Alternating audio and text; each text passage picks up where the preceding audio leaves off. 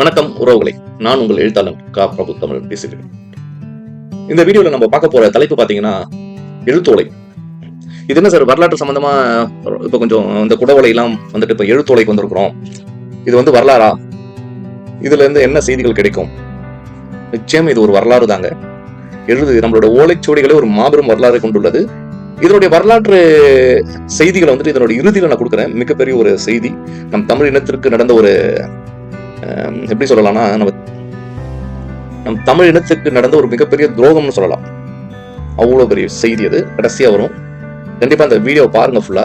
ஏன் நான் இதை வந்து நீங்க பதிவிடணும்னு நினைச்சேன்னு வச்சுக்கோங்க. நம்ம வந்துட்டு ஒரு வரலாற்றை வந்து நம்ம படிக்கும் போது அந்த வரலாற்று எந்த தரவுகளை வைத்து நம்ம சொல்கிறோம்ன்றது ரொம்ப முக்கியம். இப்ப இந்த கல்வெட்டை பத்தி சொல்லும் போது வந்துட்டு, இந்த கல்வெட்டுனா என்ன அப்படின்றது வந்து ஒரு பேசிக்கலி தெரியணும். எப்படி அந்த கல்வெட்டை வச்சு இன்னார் மன்னர், இந்த மன்னருடைய காலகட்டம், சரி மன்னர் பேர் இல்லைன்னா இந்த காலகட்டத்தில் இந்த கல்வெட்டை எழுதியிருப்பாங்க, பதிச்சிருப்பாங்க அப்படின்ற ஒரு சில செய்திகள் வந்துட்டு உங்களுக்கு தெரியணும். ஸோ நான் அது வந்து பொறுமையாக எடுக்கிற அந்த கல்வெட்டுகள் சார்ந்த வீடியோ வந்து நான் விரைவில் பண்றேன் நான் அது. ஸோ இதுவே வந்துட்டு நான் வந்துட்டு எனக்கு ஐடியா இந்த எழுத்தோலை வந்து பண்ணணும்னு சொல்லிட்டு நான் வந்துட்டு தமிழ் இலக்கியத்தில் கல்வெட்டியல் கூறுகள், தமிழ் இலக்கியத்தில் கல்வெட்டியல் கூறுகள் ஜெகதீசன் எழுதின ஒரு புத்தகத்தை வந்து படிச்சுட்டு இருந்தேன். அதுல வந்து இந்த பனை ஓலைன்ற ஒரு சின்ன டாபிக் இருந்துச்சு அதுல. ஸோ நல்லா இருந்துச்சு. ஸோ அதை மட்டும் பண்ணணும், ஒரு ஷார்ட்ஸ் மாதிரி பண்ணலான்னு சொல்லிட்டு படிக்க ஆரம்பிச்சேன். இந்த கூறுகட்ட புத்தின்னு சொல்லுவாங்க இல்லைங்க, அதே மாதிரி இந்த மூளை என்ன பண்ணுச்சு, எதையோ போய் பார்க்க போயிட்டு இப்ப சுவடி பதிப்பு திறன் அப்படின்னு ஒரு புத்தகம் ஒண்ணு இருக்குதுங்க. அந்த புத்தகத்தினுடைய பதிப்பாசிரியர்கள் ஒருத்தர் 2 பேர் இல்ல, முனைவர் சா கிருட்டிணமூர்த்தி, முனைவர் சா கிருட்டிணமூர்த்தி, முனைவர் தி மகாலட்சுமி, முனைவர் சு நிர்மலா தேவி, திரு தா பூமிநாதன் எப்படின்னு சொல்லிட்டு இவங்க எல்லாரும் வந்துட்டு international institute of Tamil studies, உலக தமிழ் ஆராய்ச்சி நிறுவனம் வந்துட்டு 2002 வெளியிட்ட புத்தகம் அது. இந்த புத்தகம் வந்து இப்போ வந்து அரசுடைமையாக்கப்பட்டது. அதனால வந்துட்டு கிடைக்காது வெளியே. மேபி அப்போ வந்துட்டு பதிப்பித்து அந்த ஸ்டாக் வந்து ஓல்டு ஸ்டாக் வந்துச்சுன்னா அது வேணா உங்களுக்கு கிடைக்கலாம், புது ஸ்டாக் வந்து உங்களுக்கு கிடைக்காது. ஏன்னா இது வந்து அரசுடைமையாக்கப்பட்டதுனால வந்துட்டு இப்போ தமிழ் library.in ஒரு வெப்சைட் இருக்கும், தமிழ்நாடு கவர்மெண்டோட வெப்சைட். அதுல வந்து உங்களுக்கு இந்த புத்தகம் வந்து கிடைக்கும். உங்களுக்கு அந்த வெப்சைட்ல போனீங்கன்னா உங்களுக்கு வந்துட்டு கிடைக்கும். சரி, இப்போ நம்ம வந்து செய்திக்கு போவோம். ஏன் இந்த பனை ஓலை எழுத்தோலையை பத்தி இப்போ நான் கொண்டுட்டு வந்தேன்னா, கல்வெட்டுகள் ஒரு சாதாரண விஷயம். சரி, ஃபர்ஸ்ட் எப்படி நம்ம வந்துட்டு எழுதினாங்க சங்க காலத்துல, அதுக்கு முன்னெல்லாம் வந்துட்டு ஒரு எழுத்து வடிவம் பெறும்போது எப்படி இருந்துச்சுன்னா, ஈவன் இந்த பனை ஓலைன்ற ஒரு கான்செப்ட் வரதுக்கு முன்னாடி பார்த்தீங்கன்னா கல் எழுதுறது, கல்லுல கிறுக்கி வச்சிருப்பாங்க, அந்த படம் போட்டு சொல்றதுனா அதான் பாறை ஓவியங்கள் சொல்லுவாங்க. எழுத்து வடிவம் பெறதுக்கு முன்னாடி இந்த ஓவியங்களை வச்சுதான் வந்துட்டு எல்லாமே பேசிக்குவாங்க. ஸோ அது வந்து பாறைகள் வந்துட்டு வரையுது, கல்லுல வந்து வரையுது. அதுக்கு அடுத்த நிலை தான் வந்துட்டு இந்த களிமண் பலகைன்னு சொல்றது. இந்த களிமண் பலகை என்னன்னா வந்துட்டு சிம்பிள் பண்ணணும்னு வச்சுக்கோங்க, ஒரு ஈரமா ஒரு இடத்துல தண்ணி போட்டதுமே அந்த இடத்துல வந்து நம்ம என்ன இருக்கலாம், அப்படியே எழுதலாம். அந்த எழுதணும் ரொம்ப நேரத்துக்கு அது இருக்கும், அந்த ஈரம் காயற வரைக்கும் இருக்கும். ஸோ இதை வந்துட்டு ஒரு களிமண்ணான ஒரு இடம் இருக்கு தெரியுங்களாங்க, அந்த மண்ணு உள்ள இடத்துல தண்ணி ஊத்துறதுக்கு அப்புறம் அந்த இடத்துல எழுதுந்து பார்த்தா கொஞ்ச நாள் நிலைச்சு நிற்கணும் இருக்கும். ஸோ இதை வந்து நல்ல இதுவா யூஸ் பண்ணி மக்கள் என்ன பண்ணாங்க, அந்த களிமண்களை தட்டையா பண்ணி அதுல வந்து எழுதி வச்சுட்டு வச்சிருந்தாங்க. பட் ஆனா அதுலயும் ஒரு டிராபேக் என்னன்னு கேட்டீங்கன்னா, ரொம்ப நாள் உங்களுக்கு நிலைச்சு நிக்காது. அது களிமண் தண்ணி இல்லைனாலும் அது வந்து காஞ்சி போயிடும், சுத்தமா உடஞ்சி அதுக்கப்புறம் குளிராகும். உங்களுக்கு தண்ணி அதிகமா இருந்தாலும் அந்த எழுத்துக்கள் வந்து மறையும். ஸோ அது ஒரு சமநிலையில் அதை வச்சிருக்கணும் இந்த களிமண் பலகையை. ஸோ அதுவும் ஒரு ட்ரிக்கியான ஒரு இதுவா இருந்துச்சு, பார்க்கலாம். அதுக்கடுத்து பாத்தீங்கன்னா வந்துட்டு நம்ம வந்துட்டு இந்த வந்து இலைகள்ல வந்துட்டு எழுதுனாங்க. கிரேக்கர்கள்லாம் பாத்தீங்கன்னா வந்து இலைகள்ல தான் எழுதிருக்காங்க, இலைகளை வச்சுட்டு எழுதுறது. அதுக்கப்புறம் பாத்தீங்கன்னா வந்துட்டு இஜிப்சியன்ஸ் வந்துட்டு பாத்தீங்கன்னா நைல் நதி பக்கம் இருக்க அந்த நாணல் உடைய தண்டுகள், அதுல இருந்து வர அந்த இலைகள் வச்சுலாம் எழுதிருக்காங்க. அதெல்லாம் ஒரு டெக்னாலஜி பார்த்தா நம்ம ஊர்ல வந்துட்டு அது மாதிரி வரும்போது வந்து தாழையுடைய இலைகளை வச்சுட்டு நம்ம எழுதுனாங்க நம்ம ஆளுங்க. சரி, அதுக்கப்புறம் பாத்தீங்கன்னா இந்த பனை தாங்க ஊரெல்லாம் வளர்ந்து வச்சிருந்தோம் நம்ம தான். ஸோ அதனால இந்த பனை ஓலைன்றது தமிழ்நாடு, இந்திய துணைக்கண்டம், அது மட்டும் இல்ல ஆசிய முழுக்க பயன்படுத்தப்பட்ட ஒரு மீடியேட்டர் அப்படின்னு வச்சுக்கலாம். இந்த ஓலைச்சுவடிகளை வந்துட்டு ஆசிய கண்டம் முழுக்க வந்துட்டு இதை பயன்படுத்தி இருக்காங்க. ஏன்னா நம்ம தெரியும், எல்லாருக்குமே தெரியும் இந்த பனை மரம். அது மட்டும் இல்லாம இந்த ஆசிய கண்டம் முழுக்க பயன்படுத்தினாங்கிறதுக்காக வந்துட்டு நம்ம இது அதுன்னு சொல்ல முடியாது. இவங்களுக்கு தான் சொந்தம், அவங்களுக்கு தான் சொந்தம், யாரும் உரிமை கொண்டாடவும் முடியாது. அதே வகையில் ஏன்னு கேட்டீங்கன்னா, எல்லாருமே நம்ம ஒன்றோட ஒன்று தொடர்புல இருந்தோம். நம்ம இன்னைக்கும் சொல்லுவோம்ல, கடலாம் கொண்டான் எல்லாமே சொல்லுவோம். அது 10,000 வருஷத்துக்கு முன்னாடி, அதுக்கு முன்னாடி நம்ம தொடர்பு இருந்திருக்கிறோம். நம்ம சங்க இலக்கியங்கள்ல நம்ம வந்துட்டு தூர தேசங்களுடைய பெயர்கள் எல்லாமே இருந்திருக்கு. சரிங்களா? இதுல அதுக்கப்புறம் ஒரு நல்ல ஒரு சுவாரஸ்யமான ஒரு சொல் வந்து இதுல கிடைச்சதுங்க. இந்த ஓலைச்சுவடிகளை, இந்த எழுதப்பட்ட ஓலைகள் எல்லாம் தொகுத்து வச்சிருக்கிறதுக்கான பேர் இருக்குதுங்க, அந்த கயிறு கட்டி வச்சிருக்கு, அதான் பொத்தகம்னு சொல்றாங்க. அப்புறம் வந்து அப்படி இல்லைன்னா பொத்தக கவலி. பொத்தகம் சொல்லும் போது எனக்கு டக்குன்னு மைண்ட் வந்தது புக்குங்க. ஸோ இந்த காசுன்ற சொல்லு வந்து கேஷ் வந்துச்சுன்னு சொன்னாங்க தெரியுங்களாங்க. அப்புறம் அந்த கட்டுமரம்ன்றதா கட்டமரான் அப்படின்றது ஆங்கில சொல், நிறைய சொற்கள் இருக்கு அது மாதிரி. ஸோ இதை மாதிரி இந்த புத்தகம்ன்றதும் புக்குன்னு இருக்கலாமே. ரெண்டுத்துக்கும் ஒரு இது பாருங்க, பொத்தக கவலி, பொத்தக புக்கு, கவலையை தூக்கிட்டாங்க, அவ்வளவுதான். நிறைய இடத்துல நம்ம ஊர் நம்ம அப்படியே பார்க்கறது கிடையாது இல்லைங்க. தஞ்சாவூர் யாருக்கும் தஞ்சாவூர் தாஞ்சூர் அப்படின்னு சொல்லுவாங்க. இன்னைக்கு இருக்கிற எல்லா பசங்களுக்கும் தஞ்சாவூர் தாஞ்சூர் தான் தெரியும். அந்த தஞ்சைன்ற பேரே வர்றது கிடையாது. ஸோ அப்படி இருக்கிற அந்த புத்தகம்ன்றது புக்குன்னு மாறதுக்கான வாய்ப்புகள் நிறைய இருக்கு, என்னோட கருத்து அது. ஸோ அது வந்து நான் இந்த இடத்துல ஆர்குமெண்ட் பண்ண விரும்பல. சரி, நம்மளோட இதுக்கு போவோம். ஓலைகளை வந்துட்டு பயன்பாடு. இந்த ஓலைச்சுவடிகளினுடைய பயன்பாடு வந்துட்டு ஆதி காலத்துல இருந்து இருக்குதுங்க. ஏன்னா சங்க காலத்துல வந்து நடைபெற்ற நூல் அரங்கேற்றங்கள் வந்துட்டு இந்த சங்க பலகை, புனலில் எதிர் செல்லுதல் போன்ற செய்திகளை வந்து நம்ம வந்துட்டு அறிய முடியுதுங்க. அதுல வந்துட்டு என்ன சொல்றாங்கன்னா, மடல் ஏறுதல், தாழை, பனை ஓலைகளில எழுத்தாணி கொண்டு சித்திரம் எழுதும் பழக்கம் இருந்தது. ஆனா இதுல வந்துட்டு ஒரு சிக்கல் இருந்துச்சுங்க. இந்த பனை ஓலை தயாரிக்கிறதுன்ற ஒரு சாதாரண ஒரு விஷயம் கிடையாது. நீங்க வந்துட்டு ஜஸ்ட் நீங்க மட்டும் போயிட்டு ஊர் ஓரமா இருக்கிற ஏதோ பணமரத்துல உட்காந்துட்டு ஒரு ஓலையை வந்துட்டு எடுத்து வந்து வச்சு நீங்க எழுதலாம் நினைச்சா எழுத முடியாதுங்க. உங்களால அதை வச்சிருக்க முடியாது. கொஞ்ச நாள் கூட பதப்படுது. எவ்வளவு பெரிய இன்ஃபர்மேஷன், எவ்வளவு பெரிய டாஸ்க் தெரியுங்களாங்க. அதை வந்து பதப்படுத்துறது என்ன பண்ணுவோம்னா, ரொம்ப இளமையெல்லாம் கிடையாதுங்க, சரியான இளமையான பனை ஓலை வந்து பனை மரத்துல இருந்து ஓலை எடுப்பாங்க. அந்த ஓலையை வந்துட்டு எடுத்துட்டு அதுக்கு ஏற்றவாறு நமக்கு தேவையான அளவுக்கு அதை நறுக்கிட்டு இந்த ரொம்ப கேர்ஃபுல்லா, ஓகேங்களா, அதை ஃபுல்லா கிளியர் பண்ணி எடுத்துட்டு அதை வந்து வெயில போட்டு வந்துட்டு அதை வந்து காய வைக்க மாட்டாங்க, நிழல்லே உலர்த்துவாங்க. அதுக்கப்புறம் வந்து பனியிலே அந்த குளிர்லயே வந்துட்டு அதை வந்து பதப்படுத்துவாங்க. ஏன் இதுன்னு கேட்டீங்கன்னா, உங்களுக்கு வந்து மோஸ்ட்லி வந்துட்டு அந்த பனை ஓலை வந்துட்டு காய்ந்து வீணாகிறத விட இந்த மாதிரி பச்சை பழ ஓலைகள் பூஞ்சாம் பிடிச்சி வீணாகிறது அதிகம், நீங்க ஒண்ணுக்கு ஒண்ணு வைக்கும் போது. சோ இதை வந்துட்டு நிழல்லையே தான் உலர்த்தி பனியில பதப்படுத்தி அதை இறுக்கமா கட்டி இளஞ்சூட்டு வெந்நீர்ல வந்துட்டு வெது வெதுப்பா வைப்பாங்க, ஓகேங்களா. அப்புறம் வந்துட்டு சங்கு அல்லது வந்துட்டு ஒரு பளபளப்பான ஒரு கல்லு, பளிங்கு கல் கூட எடுத்துக்கலாமே, நல்ல கல்லு, அதை வச்சு கையாலேயே வந்துட்டு அந்த ஓலையை வந்து அழுத்தி தேய்ச்சிட்டே இருப்பாங்க, அழகுபடுத்துவாங்க அதை. இத மாதிரி பாடம் செய்யப்பட்ட ஓலைகளை எடுத்து மஞ்சள் தண்ணியிலயோ அல்லது அரிசி கழுவிய கஞ்சி தண்ணியிலயோ ஊற வைப்பாங்க. இந்த அரிசியோடைய கஞ்சி தண்ணியில வந்துட்டு நிறைய பயன்பாடு நம்மளோட இன்னைக்கும் நம்ம பார்க்கலாம். ஊர்கள் வந்து அதை வந்து பயன்படுத்துவாங்க, கஞ்சியில ஊற வச்சு எடுக்கிறதுன்றது. ஸோ அந்த மாதிரி மஞ்சள் நீரிலையோ இல்லை அரிசி கஞ்சிலையோ ஊற வச்சு எடுப்பாங்க. இதை எடுத்ததுக்கு அப்புறம் அதை நல்லா வந்துட்டு டைட்டா வந்துட்டு ஒன்னோட ஒன்று லைனா அடிக்கிட்டு 2 இடத்துல ஓட்ட போடுவாங்க. ஒரு முனையில கயிறை கொத்து அதை வந்துட்டு கட்டிடுவாங்க, தலை இது பண்ணிடுவாங்க, ஓகேங்களா. அடுத்தது வந்துட்டு இந்த இதெல்லாம் ரெடி பண்ணதுக்கு அப்புறம் அந்த ஓலை மேல வந்துட்டு மஞ்சளையும் வேப்ப எண்ணெயும் சேர்ந்து பூசுவாங்க அதுல. ஸோ இது ஒரு ப்ராசஸ். அடுத்த ப்ராசஸ் மஞ்சளும் வேப்ப எண்ணெயும். எல்லாருமே தெரியும் மஞ்சள் வந்து ஆன்டிபயோட்டிக், வேப்ப எண்ணெய் வந்துட்டு இதுவும் சொல்லலாம், நம்ம வந்துட்டு பெஸ்ட் கண்ட்ரோல் யூஸ் பண்ணலாம், சிம்பிளா சொல்லலாம். அதுக்கப்புறம் வந்துட்டு இந்த ப்ராசஸ் முடிஞ்சதுக்கு அப்புறம் கோவையோட இலையும் ஊமத்தை இலைய சேர்த்து அதோட சாறுகளை புழிஞ்சு அதுல வந்து பூசுவாங்க. ஸோ இதுவும் வந்துட்டு அடுத்தது வந்து அது கெடாமல் இருக்கிறதுக்காக, அது சீக்கிரம் வீணாகாம இருக்கிறதுக்கும், பூச்சி அரிக்காம இருக்கும், கரையான்கள் எல்லாம் அரிக்காம இருக்கிறதுக்கும் இதை பூசுவாங்க. அதுக்கு அடுத்த விஷயமா லாஸ்ட் அண்ட் நாட் லீஸ்ட்ன்ற மாதிரி மாவிலையும் அருங்கம்பிள்ளையும் எரித்து அதை எரிச்சுட்டு அந்த கரு மைய வந்து அது மேல தடவிட்டு அதுக்கு மேல எழுத்தாணி வச்சு எழுதுவாங்க அதுல. அதுதான் இதுதான் வந்துட்டு நம்மளுடைய ஓலை வந்துட்டு ரெடி பண்ற ப்ராசஸ். இப்ப நீங்க பாத்தீங்கன்னா தெரியும், இதுலயே வந்து தலை சுத்தும் நமக்கு. அடப்பாவீங்களா, இவ்வளவு கஷ்டப்பட்டு அந்த ஓலையை வந்து ரெடி பண்ணணுமா அப்படின்ற மாதிரி இருக்குது இப்ப எல்லாத்துக்குமே. உண்மை அதுதாங்க. இப்படிதாங்க நம்மளுடைய தமிழர்கள் வந்துட்டு தயாரித்தார்கள். மற்ற குழுக்கள் மற்ற தேயங்கள் எப்படி தயாரிச்சாங்கிறது எனக்கு தெரியாது. சோ அந்த ப்ராசஸ் போது இது வந்து தமிழர்கள் பின்பற்றிய ஒரு முறை. சரி, இதுல வந்துட்டு பாத்தீங்கன்னா இதுல ஒரு ரிஸ்க் இருக்குது. என்னடா அந்த ரிஸ்க்னு பாத்தீங்கன்னா, இவ்வளவு கஷ்டப்பட்டு தயாரிச்ச அந்த பனை ஓலையோட ஆயுள் காலம் 400 வருஷம் தாங்க. அதுக்கப்புறம் அழிஞ்சிடும் மோஸ்ட்லி. இதை வந்துட்டு நம்ம இன்னைக்குதான் ஓலைச்சுவடின்னு சொல்றோம். ஆனா சங்க காலத்துல இதை ஓலைச்சுவடினே சொல்லலைங்க. ஓலைச்சுவடின்ற குறிப்பே அதிகமா கிடையாது. ஏன்னு கேட்டீங்கன்னா, அந்த காலத்துல என்ன சொன்னாங்கன்னா, ஏடுகளில் எண்ணங்கள் பதிக்க பெற்றதனால் ஏட்டுச்சோடி என்று பெயர் பெற்றது. பல சுவடிகளின் தொகுப்பு தொங்க விட்டுள்ளமையால் சுவடி தூக்கு என்று பெயர் வழங்கலாயிற்று.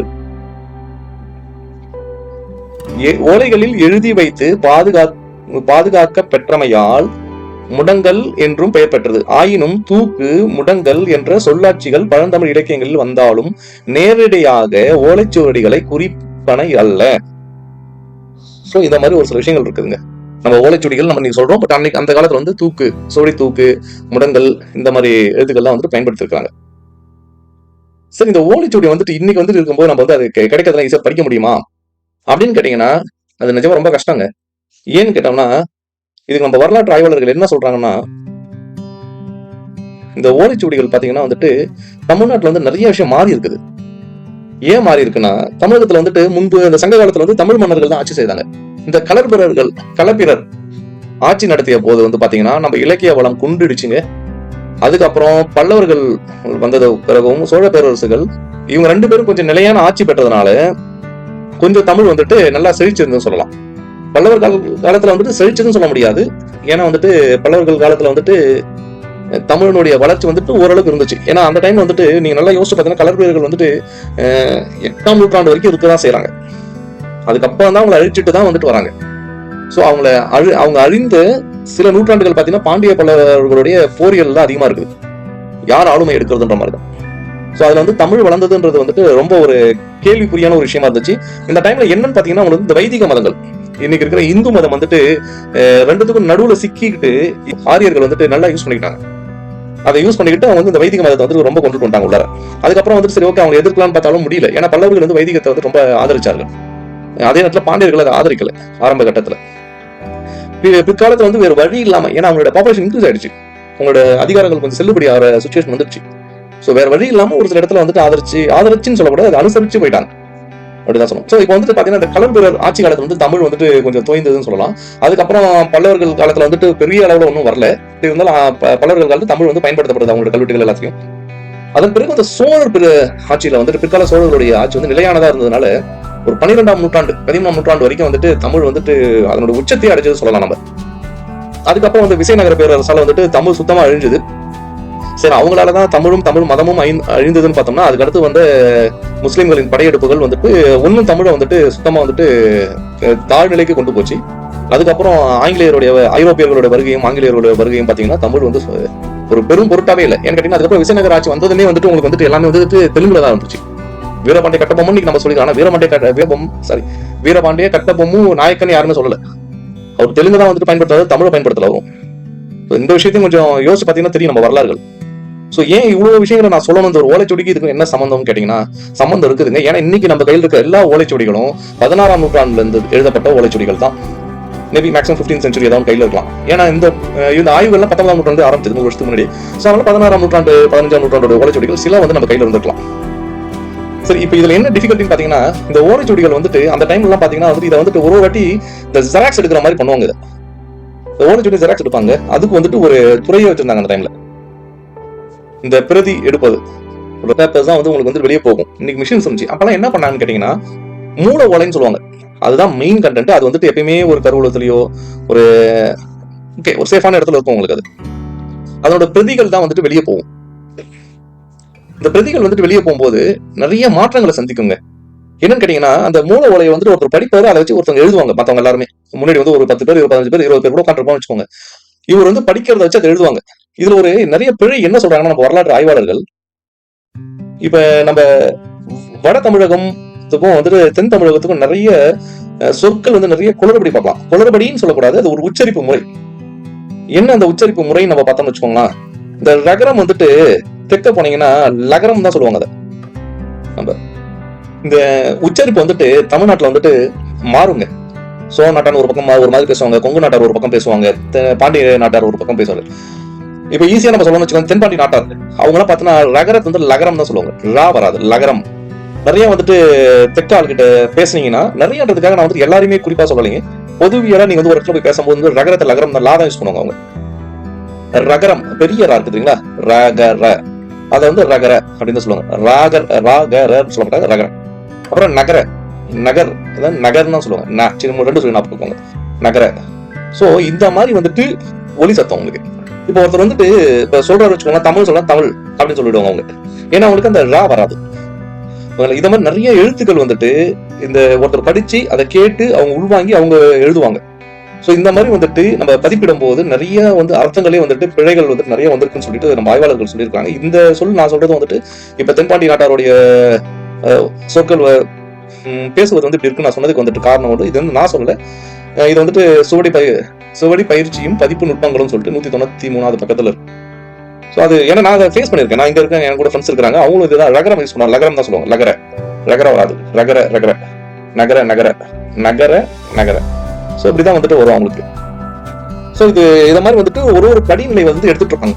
ஸோ இப்படிதான் வந்து டிரான்ஸ்ஃபார்ம் ஆச்சு உங்களுக்கு வந்துட்டு ஓலைச்சுவடிகள் வந்துட்டு ஒரு பீரியடுக்கும். ஃபார் எக்ஸாம்பிள் 400 இயர்ஸ் இப்போ இன்னைக்கு நம்ம எடுத்து வச்சுக்கோங்க, 100 வருஷத்துக்கு யூஸ் பண்ண தமிழ் நம்மளால இன்னைக்கு வந்து படிக்க முடியாது. ஆனா இன்னைக்கு இருக்க காலகட்டம் அதே காலகட்டம் தான் இருந்துச்சுன்னு சொல்லலாம் நம்ம சமீப ஒரு 500 ஆண்டுகளாக. ஏன்னா தமிழ் படித்தவர்களோட ஆண்டவர்கள் எல்லாமே தெலுங்கர்கள். தமிழ்நாட்டுல யாருமே தமிழ் அரசன் கிடையாது. சம்பவரைகள் கடைசியா படையவை வீடு என்ற ஒரு நாவல் இருக்கும், அதுல சம்பவரைகள் பத்தி இருக்கும். அவங்களா தான் சிலர் வந்துட்டு கடைசியா தமிழர்கள் ஆண்டார்கள். பாண்டியர்கள் தென்காசி வரைக்கும் போய் தென்காசி பாண்டியர்கள் ஆட்சி பண்ணப்பட்ட போதும் அவர்கள் தமிழை வந்துட்டு உயர்த்தி பிடிக்க பார்த்தார்கள். பட் இருந்தாலும் வந்துட்டு நம்ம அதை வந்துட்டு அவங்களால முடியல. ஏன்னு கேட்டீங்கன்னா அந்த டைம்ல வந்துட்டு வைதிகம் வந்துட்டு ஓங்கி விட்டது. இந்த விஜயநகர பேரரசால தெலுங்கர்களுடைய ஆதிக்கம் அதிகமாயிடுச்சு. அதனால தமிழ்நாட்டுல தமிழர்கள் ஆளப்படவில்லை. கடந்த ஒரு 700 ஆண்டுகளாக தமிழ்நாட்டில் தமிழர்களின் ஆளுமை கிடையாது. சோ அப்படி இருக்கிற பட்சத்துல நீங்க எப்படி தமிழ் மொழி மட்டும் வளரும்னு நினைச்சிட்டீங்க? ஏதோ இருந்த ஒரு சில தமிழ் ஆய்வாளர்கள் பற்றாளர்கள் அவங்க எல்லாருமே இதை வந்துட்டு ப்ரிசர்வ் பண்ணி வச்சதுதான். சோ அதுக்கப்புறம் வந்துட்டு நம்ம வந்து கண்டினியூ பண்ண முடியல. தெலுங்கு சார்ந்து தமிழாவே போயிட்டு இருந்துச்சு மோஸ்ட்லி தெலுங்குகளால. சோ இப்போ வந்துட்டு நம்ம ஒரு 100 வருஷத்தோட வரலாறு படிக்க முடியல. ஈவன் எங்க வீட்டுல வந்து 887வது ஆண்டு பத்திரம் இருக்குது. அது வந்து என்னோட 5வது தலைமுறை இருந்துச்சு. அதுவே வந்துட்டு நான் வந்துட்டு ஒரு இடத்துல ஹெல்ப் கேட்டு தான் நான் அதோட டேட்டா எடுத்திருக்கேன். சோ இதுதான் வந்துட்டு நிலைமை. நம்மளாலே படிக்க முடியல 100 வருஷத்து டேட்டாவை. சரிங்களா? அப்போ வந்து 400 வருஷம் டேட்டா அப்படி நம்ம கண்டென்ட் படிக்கும் போது வந்துட்டு நிறைய இடத்துல என்ன பண்ணுவாங்கன்னா, யாரோ ஒருவர் வந்துட்டு ஒரு விளக்க உரை எழுதியிருப்பாங்க. அதை சார்ந்தே எல்லா ஓலைச்சுவடிகளும் வந்துட்டு டிரான்ஸ்லேட் ஆகும் இன்னைக்கு இருக்கிற லாங்குவேஜ் யூஸுக்கு ஏற்ற மாதிரி. ஸோ அப்படி பண்ணும்போது நிறைய வந்துட்டு உங்களுக்கு வந்துட்டு பிழைகள் நடக்குது. நம்ம வரலாறுகளை மாற்றி அமைக்கும் போது மாற்றி அமைக்கிறது இல்லைங்க, வரலாற்றை வந்துட்டு பதிப்பிக்கும் போது. ஏன்னா ஆரம்ப கட்டத்தில் வந்துட்டு யார் பதிப்பிடுறாங்களோ அவங்கள சார்ந்ததே எல்லாமே போகும். அப்படிதான் இதுக்கான எடுத்துக்காட்டுகள் நிறைய வந்துட்டு சுவடி பதிப்பு அன்றும் இன்றும்ன்ற ஒரு தலைப்புல வந்துட்டு கொடுத்துருக்காங்க அதே புத்தகத்துல. ரொம்ப நல்லா இருக்குது. என்னன்னு கேட்டீங்கன்னா ஒரு 2 வரிகள் மட்டும் நான் உங்களுக்கு சொல்றேன். இதுல வந்துட்டு என்னன்னு பாத்தீங்கன்னா, மையர் ஒன் கண்ணார் மாட நெடுவீதி கையார் பந்தோச்சுங் கழி சூழ் தில்லை. இப்ப இந்த கழி சூழ் தில்லைன்னு சொல்லிட்டு ஒரு சொல்லு இருக்குதுங்க. இது என்ன சொல்லுன்னு சொல்லிட்டு நம்ம சுத்தி பார்த்தோம்னா கழி சூழ் தில்லை. அப்ப என்ன கடற்கழி சூழும் தில்லை அப்படின்னு சொல்லிட்டு என்றாய்விடும் சொல்றாங்க. இதே மன்னிக்கும், இதுவே தென்பாண்டி நாட்டார் ஒருவரால் பிரதி செய்ய பெற்றால், இது வந்து தென்பாண்டி நாட்டார் வந்துட்டு இதை வந்துட்டு பிரதி எடுத்தார்னா களி தெரியலி ஆடல் என்பதை குறிக்கும். அது களி என்பதை கழி என்று பிரதி செய்ததால் ஏற்பட்ட பொருள் மயக்கம் என அறியலாம். ஏறக்குறைய 20,000 ஓலைச்சுவடிகள் இது வரைக்கும் நம்ம சேமிச்சு வச்சிருக்கிறது நம்மளோட கருவூலத்துல. அதுக்கப்புறம் பாத்தீங்கன்னா தனியாரிடம் இருந்து வந்துட்டு எடுத்தோம்னா அவங்க ஒரு 5,000 இருக்குன்னு சொல்றாங்க. டோட்டலா ஒரு 25,000 ஓலைச்சுவடிகள் சொல்றாங்க. சரி, இது வந்து நம்ம ஊர்ல. உள்நாட்டு மற்றும் அயல்நாடு சுமார் 30,000 ஓலைச்சுவடிகள் இருக்குதுங்க. இப்போ வந்துட்டு சரி, இதுல வந்துட்டு என்னென்ன கேட்டகரியில் இருக்குன்னு பார்க்கலாமா நம்ம. First maximum கான்ட்ரிபியூஷனுங்க. 50% ஓலைச்சுவடிகள் மருத்துவம் சார்ந்ததா இருக்குது. 10% ஓலைச்சுவடிகள் சோதிடம். 10% ஓலைச்சுவடிகள் சமயம் சார்ந்தது, மதம் சார்ந்தது. 10% ஓலைச்சுவடிகள் கலை இலக்கியம் கொண்டது. 5% தான் வரலாறு இருக்குதுங்க ஓலைச்சுவடி. அதுல இருந்தே தெரிஞ்சுக்கோங்க, நம்ம தமிழர்கள் வந்து தங்களுடைய வரலாற்றை ஓலைச்சுவடியில் பதிப்பிடவில்லை. செப்பேடுகளும் வந்துட்டு மறுபடியும் சொல்ல, செப்பேடுகள் வந்து வரலாற்று சான்றுகளை எடுக்கிறதுன்றது ஒரு கேள்விக்குறி. ஏன்னா செப்பேடுகள் வந்து பிராமணர்கள் தங்களுக்கு கிடைத்த ஒரு சில உரிமைகளையும் சொல்ல முடியாது. செப்பேடுகள் என்பது இட்ஸ் ஆல்மோஸ்ட் செப்பேடுகள்ன்றது ஒரு வரலாற்று தரவுகளாக நம்ம எடுத்துக்கொள்ள முடியாதுங்க. ஏன்னா அது நிறைய குளறுபடி இருக்குது. நான் அதை இங்க எப்படி ஓப்பனா சொல்றதுன்னு தெரியல. அதனால அதை வந்துட்டு நான் பேச விரும்பல. பட் ஒரு நாள் சொல்றேன், கொஞ்சம் டைம் கொடுங்க. அதை பத்தி ஒரு ரிசர்ச் பண்ணி உங்களுக்கு ஒரு நல்ல பேக்கப் டேட்டா கொடுத்தோம்னா நல்லா இருக்கும். ஸோ ஓலைச்சுவடி நீங்க எடுத்துக்க முடியாது வரலாறு சம்பந்தமாக. இதுல பாருங்க, கிடைச்சல 5% தான் உங்களுக்கு வரலாறு, ஏதோ ஒரு விஷயம் இருக்குது, அவ்வளவுதான். மற்ற 95% வரலாறு கிடையாது. அதுக்கப்புறம் இலக்கணம் வந்து 5% இருக்குதுங்க. நாட்டுப்புற இலக்கியம் 10%. ஏதாவது நாட்டுப்புற இலக்கியம் கேட்காதீங்க, அதுதாங்க நம்மளோட தமிழ் இலக்கியம். நம்ம வந்து நம்ம தமிழ் இலக்கியத்தை விட்டு இன்னைக்கு ஏதோ ஒரு இலக்கியங்களை போயிட்டு இருக்கோம். ஸோ அந்த நாட்டுப்புற இலக்கியங்கள் 10. ஸோ இந்த மாதிரி இருக்கிற நம்மளுடைய 30,000 சோடிகள்ல எவ்வளோ நம்ம வந்துட்டு இது வரைக்கும் பதிப்பிச்சிருக்கிறாங்க? 25%. 25% மட்டும்தான் பதிப்பிக்க பெற்றுள்ளது. அந்த 25% எது தெரியுங்களா அதிகம்? சமயம், இலக்கியம். இந்த இலக்கியம் அதுல தம்மாந்துதான் இருக்கும். என்னோட சம்ஷன்ல சமயம் தான். ஏன்னா அந்த சமயத்தாலதான் வந்துட்டு அந்த சமயம் சார்ந்த ஓலைச்சுவடிகள் வந்து அந்த வழமை மாறாமல் அப்படியே கேரி ஃபார்வர்ட் பண்ணிருக்காங்க. ஸோ 10% வந்து சமயம் சார்ந்தது தாங்க. அடுத்தது மருத்துவம் 5% தான். நம்ம கிட்ட 50% இருந்துச்சு அப்படின்னு எடுத்தோம்னா 15,000 ஓலைச்சுவடியில வெறும் 1,500 ஓலைச்சுவடிகள் மட்டும்தான், மருத்துவம் சார்ந்த ஓலைச்சுவடிகள் மட்டும்தான் பதிப்பிக்க பெற்றுள்ளது. மீதி அப்படியே இருக்கு 90% பண்ணவே இல்லை மருத்துவம் சார்ந்த. அதுக்கப்புறம் இலக்கணம் 4% பண்ணிருக்காங்க, பேலன்ஸ் அப்படியே இருக்குது. நாட்டுப்புற இலக்கியமும் 4% பண்ணிருக்காங்க, மற்றது பண்ணல அவுட் ஆஃப் 10. அதுக்கப்புறம் சோதிடம் 2% தாங்க. நம்ம தமிழரோட சோதிடம் வந்துட்டு ஓபன் பண்ணாங்கன்னா இன்னைக்கு இருக்கிற ஆரியர்களோட சோதிடம் வந்து ஒண்ணுமே கிடையாது. ஏன்னா அவங்களோட எல்லாமே நம்ம தமிழ் சோதிடத்துல காப்பி அடிச்சுதான், காப்பி கேட்டது. ஸோ அவங்ககிட்ட ஒரு பெரிய கண்டென்ட்லாம் ஒன்றும் கிடையாது. ஸோ இது எல்லாமே பாத்தீங்கன்னா ஒரு குறிக்கோளோட தான் நம்மளுடைய ஓலைச்சுவடிகள் வந்து பதிப்பிடாம வச்சிருக்காங்க. இந்த கோவிட் வந்தப்ப எல்லாருக்குமே தெரியும், இந்த கொரோனா வந்தப்ப நம்ம ஊர்ல வந்துட்டு நம்மளுடைய சித்த மருத்துவம் வந்து நல்ல எஃபெக்ட் கொடுத்துன்னு சொன்னாங்க. அரசாங்கமும் வந்துட்டு சித்த மருத்துவத்தை தான் வந்துட்டு பரிந்துரை செய்தாங்க. நிறைய பேருக்கு அதான் ட்ரீட்மெண்ட் கொடுத்தாங்க அந்த டைம்ல. இது வந்து ஒரு எக்ஸாம்பிளா தான் நான் கொடுத்துருக்கேன் இந்த இடத்துல. Not giving you like every பெரியவன். ஏன்னா சும்மாவே வந்துட்டு இல்ல இதெல்லாம் அது கிடையாது அது கிடையாது சொல்லிட்டு இப்போ ஹோமியோபதி கூட வந்துட்டு டாக்டர் கிடையாது அது கிடையாது சண்டை போடுறாங்க. ஏன்னா அலோபதி சம்பாதிக்கணும்ல. அதுதான் இன்னைக்கு ஏன்னா அரசியல் பிளஸ் வந்துட்டு வணிகம். இன்னைக்கு எல்லாமே வணிகம் தான். இன்னைக்கு மருத்துவமும் வணிகம் தான். ஒரு டாக்டருக்கு வந்துட்டு டார்கெட் கொடுத்துருக்குன்னா அதை விட ஒரு இழிவான சமூகத்துல, அது அப்படிப்பட்ட ஒரு இழிவான சமூகத்துல நம்ம இருக்கும். ஒரு மருத்துவர் தங்கிட்ட வர ஒரு நோயாளிக்கு இத்தனை ரூபாய் இன்னைக்கு அவங்ககிட்ட புடுங்கணும்ன்றதான் அவங்களோட கான்செப்ட், மென்டாலிட்டி. அதுதாங்க. கை நிறைய மாத்திரை கொடுப்பான், அதுக்கு மேல மூட்டை நிறைய நோய்கள் தான் நமக்கு கூட வருது. ஸோ அப்படிதான். இப்போ நம்ம இதுல இருந்து எடுத்துக்கிறது நம்ம என்ன இதுல சொல்ல வரோம்னா, இந்த ஒரு 5% மட்டுமே ஓலைச்சுவடியை மாத்தினதுக்கே வந்துட்டு இந்த உலகத்தால பொறுத்துக்க முடியல. நம்மளோட 100% மருத்துவமும் பதிப்பிச்சால் என்ன நடக்கும் மட்டும் நினைச்சு பாருங்க. ஸோ மிகப்பெரிய ஒரு இன அழிவுள்ள ஒரு நம்மளுடைய தமிழ் மொழியினுடைய அழிவுன்னு சொல்லலாம். அழிவுன்னு சொல்ல முடியாது, அழிக்கப்பட்டுள்ளது இன்னைக்கு. அதுதான் உண்மையான நிலை. சரி, இதெல்லாம் ஓகேங்க. இதுதாங்க ஓலைச்சுவடியோட வரலாறு எல்லாமேங்க. நான் இதுல எடுக்க வந்த கண்டென்ட்டே மிஸ் பண்ணிட்டேன். நான் வந்து சின்னதா ஒரு ஷார்ட்ஸ் போட்டுக்கலாம் அப்படின்னு சொன்னேன். இந்த ஓலைச்சுவடிகள்லாம் வந்துட்டு மறுபடியும் இதை பதிப்பிக்கிறாங்க தெரியுங்களாங்க. அடிக்கடி வந்துட்டு நான் சொன்னல 400 வருஷத்துல வந்து எக்ஸ்பைரி ஆகிடும். அப்ப என்ன பண்ணுவாங்கன்னா ஒரு குறிப்பிட்ட ஆண்டுகளுக்கு ஒரு முறை வந்துட்டு பழைய ஓலைச்சுவடிகள்லாம் எடுத்து மறுபடியும் வந்துட்டு ஒரு ரீக்ரியேஷன் பண்ணுவாங்க, சிமிலர் டு சேம். அவங்களுக்கு வந்துட்டு என்ன பேர் சொல்லுவாங்கன்னா ஏடு எடுத்து எழுதுவான் அப்படின்னு அவங்களுக்கு அழைப்பார்கள். இந்த ஒரு சொல்றதுக்கு தாங்க நான் அந்த டாபிக் வந்து ஒரு ஜஸ்ட் ஒரு ஷார்ட்ஸ் மாதிரி போடலான்னு சொல்லிட்டு ஆரம்பிச்சேன். கடைசியில் பாத்தீங்கன்னா வந்துட்டு கொஞ்சம் டைம் எடுத்து ஓலைச்சுவடி ஃபுல்லா படிக்க வச்சிருச்சீங்க. நிஜமா நல்லா இருக்கு, ரொம்ப இன்ட்ரெஸ்டடா இருக்கு இந்த டாபிக். நான் படிச்சது எனக்கு ரொம்ப சந்தோஷமா இருக்குது. ஓலைச்சுவடிகள் ரொம்ப சாதாரண நினைச்சிட்டேன். எனக்கு ஒரு மிகப்பெரிய ஒரு வருத்தம் என்னன்னு கேட்டீங்கன்னா, என் வீட்டுல வந்துட்டு ஒரு பண்டில் ஓலைச்சுவடி வச்சிருந்தேன். அன்பார்ச்சுனேட்லி வந்துட்டு அது மிஸ் அவுட் ஆயிடுச்சு. ஏன்னா நிறைய வீடுகள் மாற வேண்டிய சூழ்நிலையில வந்துட்டு மாறும்போது ஒரு இடமா மாறும்போது போயிடுச்சு. எதை என்னால முடிஞ்சது அந்த 1887, 1883, 1901, 1906, 1903, 1911 இருக்குது. அப்புறம் 1908 ஒன்று இருக்கும்னு நினைக்கிறேன். அப்புறம் 16, 1916 இந்த காலகட்டங்களோட இதெல்லாம் பத்திரங்கள்லாம் என் வீட்டில் இருக்கும். அது இன்னி வரைக்கும் ப்ரிசர்வ் பண்ண தெரியல, பட் வந்துட்டு வச்சிருக்கிறேன் அது எல்லாத்தையும். பட் சம்டைம் என்ன பண்ணனா, அந்த பழைய இதை மட்டும் நான் ஸ்கேன் பண்ணி வச்சுட்டேன். ஸோ என்னோட இமெயிலே அதை மட்டும் ரொம்ப பெருமையா சொல்லுவேன், பாடுறா எங்க வீட்டு வரலாறுன்ற மாதிரி சொல்லுவேன் நிறைய பேர். ஸோ இட்ஸ் ஓகே, அது வந்து என்னோட பர்சனல் இல்லை, அது நம்மளோட இது. சரி மக்களே, இப்போ வந்து நான் வந்துட்டு இதுதான் வந்து உங்களுக்கு நான் சொல்லணும்னு நினைச்சது. இந்த இலக்கிய இந்த எஸ்பெஷலி மெயின்லி நம்ம இந்த ஓலைச்சுவடிகள். ஸோ எண்ட் என்னன்னு கேட்டீங்கன்னா, என்னோட ஆதங்கம் இது ஒண்ணுதாங்க. 30,000 ஓலைச்சுவடியில வெறும் வந்துட்டு ஒரு 6,000, 7,500 ஓலைச்சுவடிகள் தான் வந்துட்டு நம்ம வந்துட்டு டிரான்ஸ்லேட் பண்ணி வச்சிருக்காங்க. டிரான்ஸ்லேட்னு சொல்லலாம், அதை கரெக்ட் தான். ஏன்னா இன்னைக்கு இருக்கிற லாங்குவேஜ் வேற, அன்னைக்கு இருக்கிற லாங்குவேஜ் வேற. இது இந்த மருத்துவத்தை வந்துட்டு மெயினா வந்துட்டு எனக்கு ஃபுல்லா டிரான்ஸ்லேட் பண்ணி அதை எஃபெக்டிவா நம்ம கொண்டு வந்தோம் நல்லா இருக்கும். சைனா வந்துட்டு சூப்பர் கல்ச்சருங்க. சைனா ரியலா வந்து நம்ம இன்னைக்கு இருக்க உலகம் வந்து அவங்க வந்து ரொம்ப இழிவுபடுத்துறதுக்கான காரணங்கள் வேறு. அது அரசியல். இந்த அரசியல் வந்து தெரியாம நீங்க மக்கள் எல்லாமே வாழ்ந்துட்டு இருக்கோம்.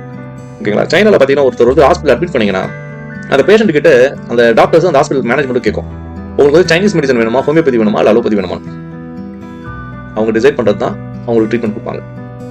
இந்த முறை வந்து தமிழ்நாட்டில் கிடையாது, கொண்டு வர முடியாதுங்க. இந்தியாலே கொண்டுட்டு வந்துட்டு அப்புறம் அரசியல் பண்ண முடியாதுங்க. இன்னைக்கு நம்ம ஊர்ல அரசியல் அப்படிதான் நடக்குது. சரி மக்களே, நன்றி. என்னோட ஆதங்கங்கள் எல்லாம் கொஞ்சம் வெளியே வந்துருச்சு. சரி இருக்கட்டும். என்னோட மிகப்பெரிய வருத்தம், தொய்வு இந்த ஓலைச்சுவடியோட டேட்டா படிச்சதுக்கு அப்புறம் எனக்கு ரொம்ப கஷ்டமாச்சு. இந்த டேட்டா நான் என்னோட கட்டுக்கதெல்லாம் ஒன்றும் கிடையாதுங்க. இந்த டேட்டா வந்து பாத்தீங்கன்னா அதே சோடி பதிப்பு திறன் தொகுப்பு 2ல வந்துட்டு 196வது பக்கத்துல இருக்குங்க.